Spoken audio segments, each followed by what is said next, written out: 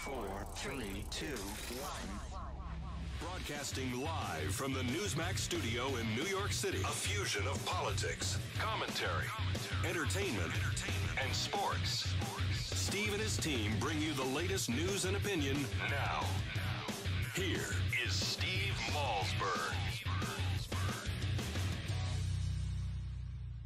All right, folks, welcome back. And coming up, David Tarfuri will be here in just a few moments. There's a report of an explosion at a medical school in Nigeria, which has killed 8 people, at least 8 people.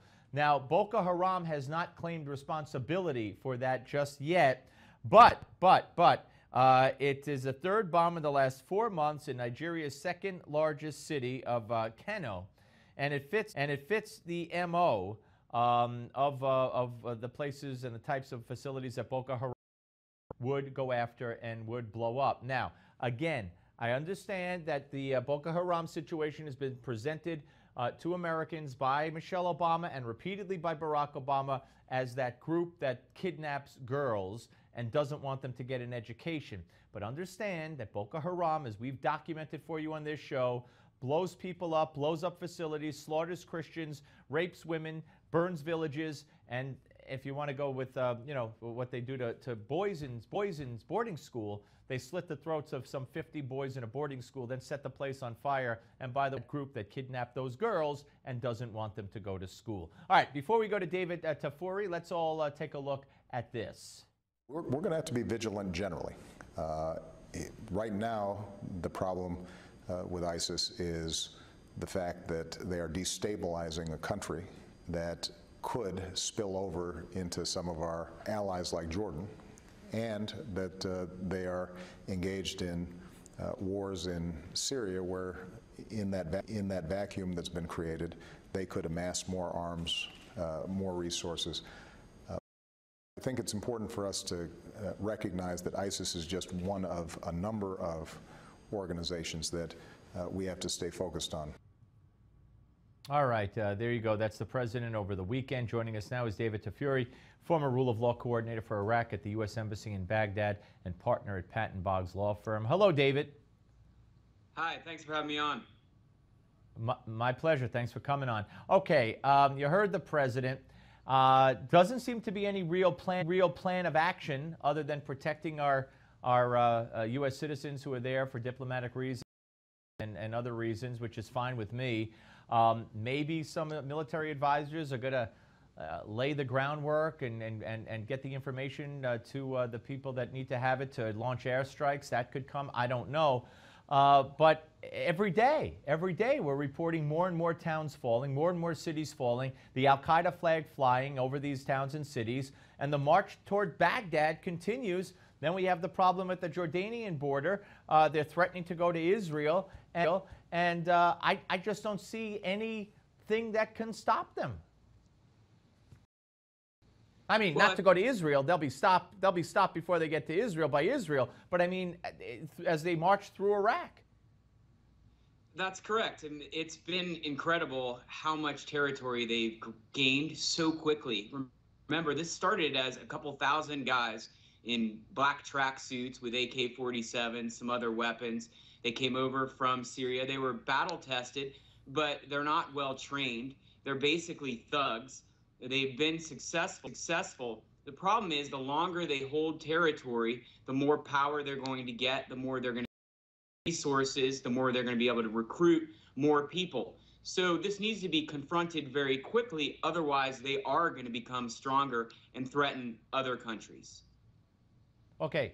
I mean, as a layman looking at it from the outside, and you know, as you're in your former capacity, certainly know a lot more than me. But I think confronted quickly is kind of out the window because I think tomorrow is 2 weeks that we've known about this going on. Probably a little more than 2 weeks ago, the Iraqi government asked us for airstrikes while they were massing in columns and all centered in one place. This would be ISIS, and we didn't do it. What can be done at this point?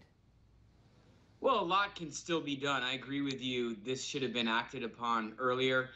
Really, the issue should have been confronted before they got to Iraq.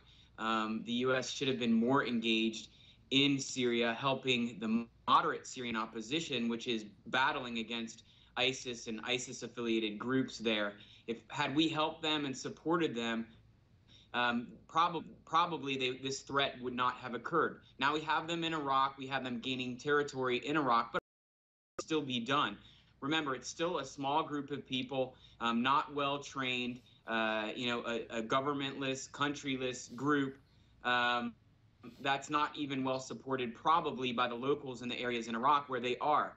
And so the Iraqi army certainly needs to take the lead. Prime Minister Maliki needs to do a much better job as commander-in-chief of Iraq, but there's a lot the U.S. could do to help. And there are other resources as well. The Peshmerga Kurdish forces in the north certainly have the capability and power to confront, already are militarily engaged with ISIS. But if the U.S. were cooperating with both the Peshmerga forces and the Iraqi army forces and supporting both in a coordinated effort to clear Iraq of ISIS, they really should be able to be successful. All right. I mean, talk about the threat to Jordan, and what it means, at least from a PR standpoint, if not from a practical standpoint, that these guys in ISIS are driving around in U.S. Humvees in Syria and probably brandishing a lot of the weapons that the Iraqi army abandoned when they ran. That's correct. That's one of the reasons they've been able to gain power, gain weapons and equipment, transportation. Jordan is obviously a very important ally to the U.S. I think Jordan expects to have the cooperation of the U.S. in confronting ISIS, but Jordan also does have a strong military, a very strong intelligence service. They're probably prepared on, very much on their own to protect their own territory and protect their own border. But Jordan isn't going to be the answer to clearing ISIS out of Iraq. They won't really be involved in that. That's not really appropriate for them. So I'm not too worried about this spilling over into Jordan in the way that it has in Iraq. However, this is a problem for the whole region, and therefore there needs to be a comprehensive solution that needs to be put in place very quickly. All right, let me ask you before what that might be. Let me ask you also, I heard today reports about great concern from Saudi Arabia. Now, Saudi Arabia, if I'm not mistaken, has funded this ISIS group with millions of dollars, but now they're getting a little nervous. Do they have reason to be? Well, we have to distinguish between the Saudi Arabian government and private individuals in Saudi Arabia. I think the allegation is that there may be private individuals in Saudi Arabia who have funded ISIS or ISIS-related individuals and groups, and that may or may not be true. I don't think the Saudi Arabian government ever would have or did, fund or support ISIS. And the Saudi Arabian government is right to be worried. Saudi Arabia has its own, indigenous terrorist groups that are a threat to the government of Saudi Arabia, the Kingdom of Saudi Arabia. So they're right to be worried. They can play a constructive role. Hopefully they will. All right. So let me ask you again. You talk about taking care of it and a solution and all that. What would have to happen? I mean, I've heard Barack Obama say two things besides what I alluded to earlier with the possibility of since we have advisors there, maybe they're laying the groundwork for airstrikes, et cetera. But he also said, he keeps saying, and Kerry's there today saying that the sectarian conflict has to end. There has to be a new government, new elections, and Obama says that the people will reject ISIS because they're so extremely violent. Which, by the way, I get a kick out of all these people, not just the president, saying that ISIS is so violent that they were kicked out by Al Qaeda, as if Al Qaeda it didn't perpetrate 9/11 and isn't capable of anything. But that aside, so you got the president saying that the people will reject ISIS, whatever that means. I don't know how they reject them, and that basically it's a political solution that will solve this. So what's your take on that? Well, I think President Obama and Secretary Kerry are right that there are larger problems in Iraq that have helped lead to this situation.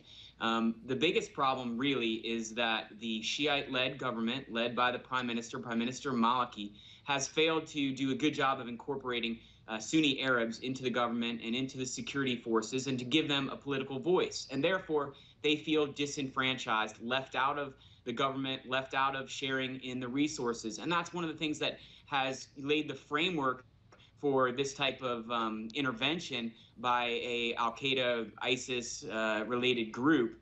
And so they are correct that the bigger problems in Iraq need to be solved. And so there needs to be some tough medicine given to Prime Minister Maliki. I think that is what the President and Secretary Kerry are trying to do. And what needs to happen is that there needs to be a change in policy in Baghdad to do a much better job of involving the Sunnis and, frankly, compromising with the Kurds. That hasn't happened yet. But there's a separate problem, a more immediate problem, which is we have this group, ISIS, that's taken over territory, and that needs to be confronted right away. We can't wait for Prime Minister Maliki and the government to sort out its problems, because those problems are significant and they're complex and they're going to take a while to get resolved. One more, you mentioned Baghdad. How vulnerable is Baghdad to ISIS? Well, certainly ISIS has its designs on Baghdad. It's interested in taking Baghdad. I think that's pretty unrealistic. Baghdad's a very large city. It's a mixed city. It has a lot of, Shiites in it. The Iraqi army is still strong enough to protect the capital city, and certainly Iraq has also been recruiting new people to sort of Shiite-led militias, which in their own right will be, very strong and powerful. So my guess is that Baghdad is safe, although there may be fighting on the outskirts of Baghdad if ISIS truly does make a concerted effort to try to take Baghdad. But I think ISIS would lose that battle. David, very informative. Thank you very much, sir. Thank you. David Tarfuri, ladies and gentlemen. And when we come back next, Newsmax Special Advisor on European Affairs, Leonardo Zagani, will talk about what the Pope did over the weekend. And if you haven't heard, you'll want to.